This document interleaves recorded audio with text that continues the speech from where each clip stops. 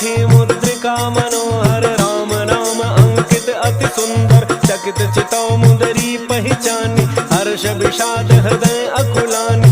जीति को सकई अजय रघुराई, माया ते असि रचि नहीं जाई। सीता मन विचार कर नाना, मधुर बचन बोले हनुमाना। रामचंद्र गुण वर्णय लागा, सुनतहि सीता कर दुख भागा। लागे सुनय श्रवण मन लाई, आदि होते सब कथा सुनाई।